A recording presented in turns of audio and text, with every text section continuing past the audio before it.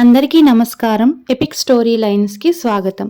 చందమామ కథలు 1947 ఆగస్టులో ప్రచురించబడిన అన్నదమ్ములు అనే కథ ఇప్పుడు చెప్పుకుందాం. అనగనగా ఒక ఊళ్ళో రామయ్య, సోమయ్య అని ఇద్దరు అన్నదమ్ములు ఉండేవాళ్ళు. రామయ్య పెద్దవాడు, తెలివిగలవాడు.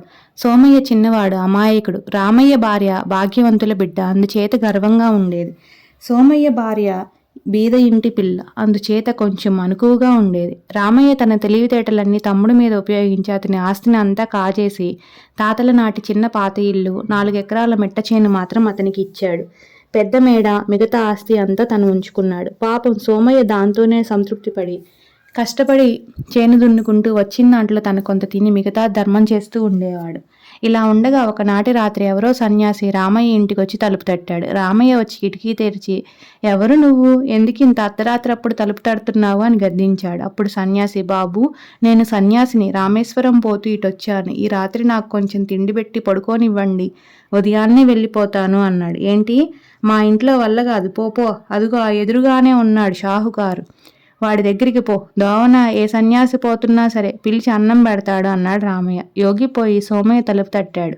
సోమయ్య వచ్చి తలుపు తెరిచి సన్యాసిని ఇంట్లోకి తీసుకుపోయి భార్యతో చెప్పి అన్నం పెట్టించాడు.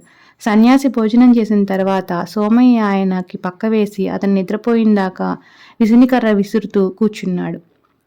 సన్యాసి హాయిగా నిద్రపోయి ఉదయాన్నే లేచి వెళ్ళేటప్పుడు సోమయ్యను అతని భార్యను పిలిచి, మీకు 3 వరాలిస్తాను, కోరుకోండి అన్నాడు. సోమయ్య, స్వామి, నాకు నలుగురు ఇంటికి వస్తే ఉండడానికి పెద్ద ఇల్లు, బీదలకు ఎంత ధర్మమైనా చేయడానికి చాలిన డబ్బు ఇవ్వండి, అది చాలు అన్నాడు. సోమయ్య పెళ్ళాం, స్వామి నాకేమీ వద్దు, ఇతరులకు లేదనకుండా ధర్మం చేయడానికి నాకు బుద్ధి పుట్టించు అని 2వ వరం అడిగింది. 3వ వరంగా సోమయ్య, స్వామి మాకు ఎప్పుడు ఇతరులకు మేలు చేయాలనే బుద్ధి ఉండేటట్టుగా వరమివ్వండి అని అడిగాడు. సన్యాసి చిరునవ్వు నవ్వి వెళ్ళిపోయాడు. మర్నాడు ఉదయాన రామయ్య లేచి చూసేసరికి అతని ఇంటి ముందు పెద్ద మేడ ఉంది. రామయ్య దబదబా పెళ్ళాన్ని పిలుచుకొని మేడ దగ్గరికి పరిగెత్తాడు. ఆ మేడలో అతని తమ్ముడి భార్య ఉన్నారు. రామయ్య ఇది ఎలా వచ్చిందని తమ్ముడిని అడిగాడు. సోమయ్య రాత్రి జరిగిందంతా పూసుగుచ్చినట్లు చెప్పాడు. ఇక రామయ్య పెళ్ళానికి కడుపు ఉబ్బరం ఆగలేదు. మొగుడిని గుర్రం ఎక్కిపోయి సన్యాసిని పట్టుకురమ్మని బలవంత పెట్టింది. అతన్ని పిలుచుకొస్తే రాజులాగా చూస్తానని హామీ కూడా ఇచ్చింది. రామయ్య గుర్రం వేసుకుని వెళ్ళాడు. కొంత దూరం పోయేసరికి సన్యాసి కనిపించాడు. రామయ్య రోపుతూ, స్వామీజీ, రాత్రి మా వల్ల చాలా నేరం జరిగింది. ఈ మాట మా ఇంటికి రండి, మిమ్మల్ని రాజులాగా చూస్తాము. నా భార్య కూడా మిమ్మల్ని తీసుకురమ్మన్నది అని బ్రతిమలాడాడు. బాబో, ఏదో నా దోవని నేను తీర్థయాత్రలకు పోతున్నాను, నేను రాలేను అన్నాడు సన్యాసి. అట్లాగైతే ఎట్లా స్వామి, నా భార్య ఊరుకోదు. మీరు రాకపోతే కనీసం మా తమ్ముడికి ఇచ్చిన 3 వారాలనైనా ఇచ్చి వెళ్ళండి అన్నాడు రామయ్య. సన్యాసి రామయ్య వదలడని అనుకుని, సరేలే, నీవు కోరుకున్న 3 వరాలు సిద్ధిస్తాయి అన్నాడు. రామయ్య పట్టరాని సంతోషంతో గుర్రాన్ని మరీ వేగంగా పరిగెత్తిస్తూ ఇంటి వైపుకు బయలుదేరాడు. గుర్రం నోటి వెంట నొరగలు కక్కుతూ భూమి మీద కాళ్ళు ఆనక దౌడుదీస్తున్నది. ఇంతలో రామయ్యకి ఒక దుర్బుద్ధి పుట్టింది. గుర్రం ఇంత త్వరగా పరిగెత్తుతున్నదే, ఒకవేళ చచ్చిపోతే ఎట్లాగా అనుకున్నాడు. అనుకోవడమే తడుగా గుర్రం డామ్మని కిందపడి చచ్చింది. రామయ్య గుర్రంతో పాటు కింద పడ్డాడు. పడి లేచి దుమ్ము దులుపుకొని చచ్చిన గుర్రాన్ని చూసి విచారపడ్డాడు. అతని గుర్రాన్ని వదిలిపెట్టి వెళ్ళడానికి బుద్ధి పుట్టలేడు. అయినా ఏం చేస్తాడు, వెళ్ళక తప్పడు. గుర్రం చావనే చచ్చింది. ఈ జూని వదిలిపెట్టడం ఎందుకా అని దాన్ని తీసుకొని నెత్తిని పెట్టుకుని బయలుదేరాడు. కొంత దూరం వెళ్ళేసరికి అతనికి జీని బరువేసింది.